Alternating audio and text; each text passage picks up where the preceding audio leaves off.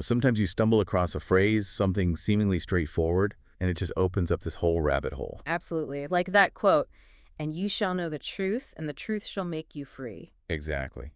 And finding it etched in the lobby of the CIA's original headquarters building. Yeah. Well, that definitely makes you pause. Apparently, Alan Dulles himself insisted on it. Yeah, the context there is loaded, isn't it? What truth, what freedom, especially in that building. It's a great hook. It really is. And it led us, thanks to some of you listeners pointing it out, to this fascinating article by Peter Duke over at thedukereport.com. Ah, yes. Duke's piece. It takes that quote and, well, it goes much deeper than you might expect. A really surprising perspective. Totally. He connects it back to Jesus, but maybe not in the way most people think about it. Right. He argues that Jesus wasn't primarily teaching theology, but rather a specific, practical linguistic method. A linguistic method. Okay, so that's the core of what we're diving into today. We're going to unpack Duke's argument, looking at how he uses, linguistics, epistemology, history, All sorts of things. to explore this idea. It's about how this supposed method relates to finding truth, but also to power and control. And just to be clear up front, because Duke emphasizes this too, he's presenting this as a structural analysis. It's not about pushing a particular religious viewpoint, more about how language and ideas function, sometimes against established power. Exactly. So for those of you who shared the article, this deep dive is for you. We'll walk through the main points, try to connect the dots without getting bogged down. It seems complex, but the core ideas are really compelling. Definitely. Let's dig in. Okay, so the central claim, Duke's big argument. Jesus taught a linguistic method, not primarily the theology. Can you expand on that a bit? What does he mean by method? Well, Duke frames it as something very practical, almost procedural, a way of using language and reason. Logos and crisis are the key terms he uses. We'll get to those in a sec. Right. But the goal was achieving, let's call it epistemic clarity, a clear way of seeing and understanding truth directly for yourself. Less about belief, more about process, personal transformation through clear thinking. Okay, so logos and crisis, you mentioned them. These Greek terms seem central to Duke's whole framework. Let's break them down. Logos first. Sure. Duke argues logos is way more than just word, which is how it usually gets translated. It's more like reason, structure, proportion, the underlying logical fabric of reality and how we articulate it. So the inherent structure of things and our ability to reason about it. Kind of, yeah. And then there's crisis. He says its original meaning was closer to discernment, judgment, the ability to distinguish, to separate things out clearly. Not like our modern word crisis meaning a disaster. Exactly the opposite, in a way. Duke points out that crisis originally meant that moment of decision, of judging or discerning. The modern meaning, he suggests, flits it into something passive, something that happens to you. Huh? That's interesting. So Jesus, according to Duke, was teaching people to use logos, reason structure, and crisis, discernment, to what? Reframe how they saw the world. Pretty much. To align their perception with God or truth or natural law, Duke makes a connection there to the American founders, their phrase, the laws of nature and nature's God. He sees a parallel in trying to grasp fundamental truths through reason. Okay, so if this method empowers individuals to use reason and discernment to find truth for themselves, I can see how that might rub some people the wrong way. That's exactly Duke's point. He argues this was perceived as a major threat by the established powers, think temple priests, Roman administrators. Why a threat? Because it bypasses them. Precisely. It's a distributed system, right? Epistemological autonomy, Duke calls it. Mm-hmm. If anyone can access truth directly through their own reason and discernment without needing permission or an intermediary, well, that undermines the hierarchy. Yeah, the gatekeepers lose their power if people can just walk through the gate themselves. Right. And so Duke theorizes the response wasn't just disagreement, it was what he calls a containment operation. Containment. Not refutation, but containment. What does that look like? He argues the original message wasn't so much evolved as it was managed, institutionalized. They kept the figure, the icon of Jesus, maybe even elevated it, but they buried the functional method. How? By making it mysterious. Partly, yeah. Shrouding the practical how-to in layers of theology, doctrine, and mystery. Renaming things, reframing concepts, preserving the image, but disabling the engine, so to speak. And again, he stresses this is a structural analysis of how power might react, not a comment on anyone's faith itself. Correct. He's looking at the mechanics of control. He uses this analogy of magic, doesn't he? Magic as manipulating belief. How does that fit in? It's a potent analogy. He compares it to how a stage magician works, distracting you, hiding the obvious mechanism, using complexity and abstraction so you rely on them to understand what's really happening. So hiding the simple truth behind complex rituals or doctrines. That seems to be the idea. He argues that power structures, whether it's ancient priests using their knowledge of astronomy to seem mystical, or even, he suggests, modern complex systems like finance, they can rely on a similar dynamic, obscuring the underlying reality, making you trust the representation, the abstraction, rather than what you can figure out yourself. Which leads into this concept of epistemological warfare, using language itself as a weapon to obscure reality. Yeah, basically manipulating language and concepts to control perception and maintain power. He sees this happening in various institutions throughout history, maybe even today. Who does he point to? Oh, a range. He mentions established religions, obviously, given his thesis, but also potentially things like legal systems, maybe even educational institutions or political ideologies. He also includes groups like secret societies or mystery schools, suggesting they capitalize on offering a kind of controlled pseudo-reality. But Jesus' method, this logos in crisis thing, was the antidote to that. That's Duke's argument. He portrays Jesus as actively dismantling that kind of obfuscation, speaking plainly, using reason, parables that encourage critical thinking, empowering people to see clearly and act freely based on their own understanding, cutting through the fog. Now, Duke makes a really sharp distinction between freedom and liberty. This feels important. Can you unpack that? Yeah, this is key. For Duke, freedom is inherent, it's unmediated, it's the right, maybe even the capacity to align your thought, speech, and action with truth directly, without asking permission from anyone. Okay, so freedom comes from within or from nature or God. Something like that. Whereas liberty, in his analysis, is often something defined and granted by an external authority, like the Roman Empire might grant certain liberties to its subjects. So liberty can be given and presumably taken away. Potentially, yes. He even gets provocative, questioning the word liberty on the U.S. Senate seal, pointing out the Roman numerals IX11 below it, and suggesting possible links back to this Roman granted liberty concept rather than inherent freedom. That's definitely food for thought. Okay, so back to the reaction against Jesus' method. Duke frames it using that classic dialectic. Problem, reaction, solution. How does he apply that here? Well, the problem, from the establishment's view, was this wave of autonomous thinking, this inherent freedom being unlocked, people thinking for themselves. That's the problem they needed to solve. Right. The reaction, Duke argues, was severe.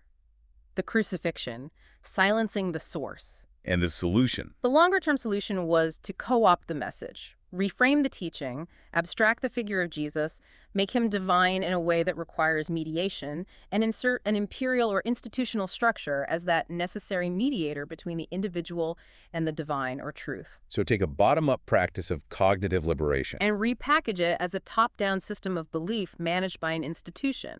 That's the core of his co-optation argument. And language was the key tool for this repackaging. He talks about hermeneutics and semantic distortion. Absolutely. Hermeneutics, the art or theory of interpretation, became crucial. By controlling the interpretation of Jesus' words, embedding them in layers of official doctrine, you control the meaning. And semantic distortion. Just changing what words mean over time. Deliberately, or perhaps sometimes gradually, but conveniently, shifting the meanings of key terms, especially through translation. This, Duke argues, was incredibly effective at disabling the original method. He gives some stark examples, right? Can we go through a couple? Logos becoming verbum or word? Yes. He argues that translating logos with its rich sense of reason, structure, cosmic order into the Latin verbum, and then simply word in English, well, it loses that depth. It becomes just a spoken or written item, not the underlying principle of reason itself. Okay, what about Menoite? That's a big one for him, originally meaning something like change your mind, think differently, a fundamental shift in perspective based on reason. It got translated into Latin as coenitentiam agit, Which means do penance. A huge shift. From an internal cognitive act, change your thinking, to an external act of contrition, often mediated by the church. It changes the focus from personal understanding to institutional absolution. Wow. Okay. Any others that stand out? He mentions ecclesia. Originally, it just meant an assembly, a gathering of people, like citizens called out to meet. It became ecclesia in Latin and eventually church, signifying a formal institution, a building, a hierarchy. So from a group of people to an entity. Right. And pistis, which in Greek could mean trust, reliance, faithfulness, often based on evidence or experience, became the Latin fides, leading to our word faith, which Duke argues increasingly came to mean belief without or even contrary to reason or evidence. That's quite a shift. He even touches on love. Greek had multiple words: agape, philia, storge, eros, each with nuances. Latin tended to collapse these into caritas or delectio, and English often just uses love. Duke suggests this obscured the specific, action-oriented, reasoned nature of agape as Jesus might have intended it. It feels like a gradual blurring of the original precision. That's precisely Duke's point, a semantic erosion perhaps that served to obscure the method. He also connects this linguistic shift to the split between Eastern and Western Christianity.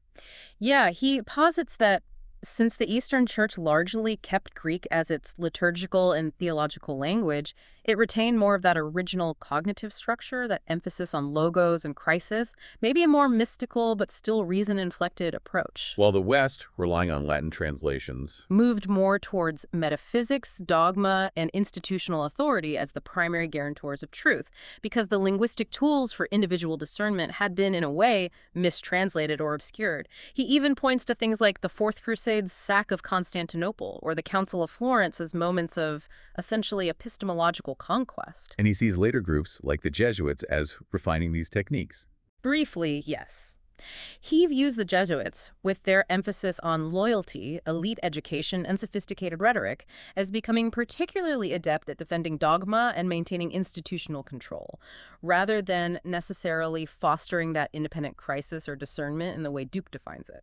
It's a controversial take, obviously. Oh, definitely. His whole thesis is provocative. He contrasts this with an insight from Dr. Wolfgang Smith about Eastern self-annihilation versus Jesus' approach. Right. Duke references Smith to highlight a difference. Some Eastern paths might emphasize dissolving the self or ego, whereas Duke interprets Jesus' method, logos and crisis, as being about the perfection of the self refining one's ability to reason and discern truth, becoming fully realized, not annihilated. He even brings in theosophy as a modern example of maybe missing the mark. Yeah, he sees movements like theosophy, which try to synthesize Eastern and Western mysticism, as potentially repeating the old pattern, creating complex, abstract systems that, however well-intentioned, end up burying the simple, practical method under more layers of interpretation and esoterica.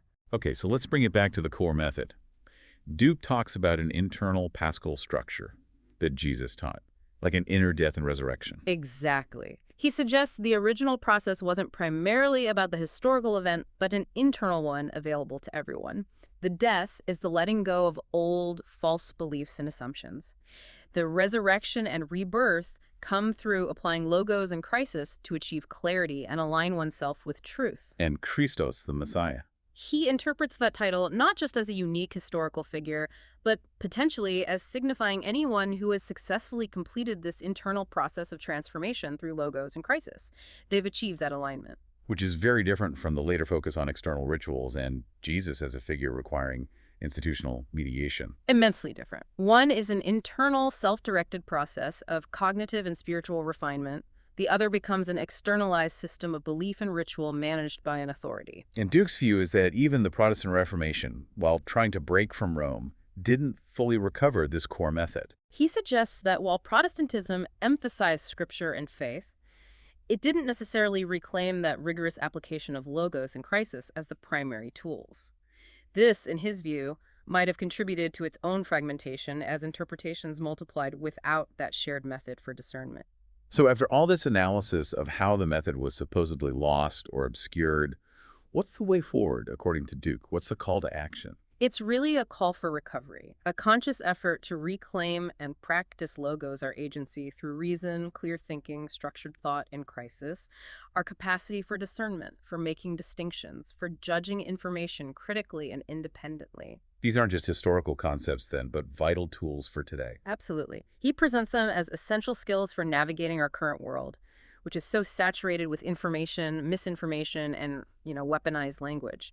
Reclaiming these is key to resisting manipulation and achieving genuine understanding. He wraps it up with that magician analogy again, doesn't he? Power structures using linguistic tricks to turn truth into confusion. Right. The ultimate illusion is making the simple seem complex, making the accessible seem hidden, controlling the narrative through language. And the task is to see through the trick, to separate, as he puts it, the baby, the original practical method of Jesus from the bathwater of subsequent imperial or institutional overlays. Exactly. It's about recognizing the potential distortion and trying to get back to the functional core, using our own minds, our reason, our discernment. Okay, so summing up this deep dive into Peter Duke's articles from thedukereport.com, the main argument is that Jesus' core teaching was a practical linguistic method for discerning truth, using reason, logos, and critical judgment. Crisis. And that this empowering method was, over time, contained, obscured, and co-opted, largely through institutionalization and the subtle but powerful manipulation of language and translation, shifting focus from internal transformation to external authority. For you listening, especially if you're interested in getting to the core of complex ideas, Duke's perspective offers, well, a radically different lens. It challenges conventional views of history, religion, language, and power. It really encourages a more active, discerning approach to, well, everything. How we process information, how we understand the structures around us. So here's something to maybe chew on after this. How could you personally apply these concepts of logo-structured reason and crisis critical discernment more consciously in your own life? Yeah, where do you see language being used perhaps to obscure rather than clarify? And how does Duke's distinction between that inherent internal freedom and the potentially granted external liberty resonate with your own experiences or observations? It really pushes you to think about intellectual autonomy, doesn't it? Yeah. Where does your understanding come from? How much are you relying on your own critical faculties versus external narratives? It's a challenge to take ownership of your own thinking process. Definitely.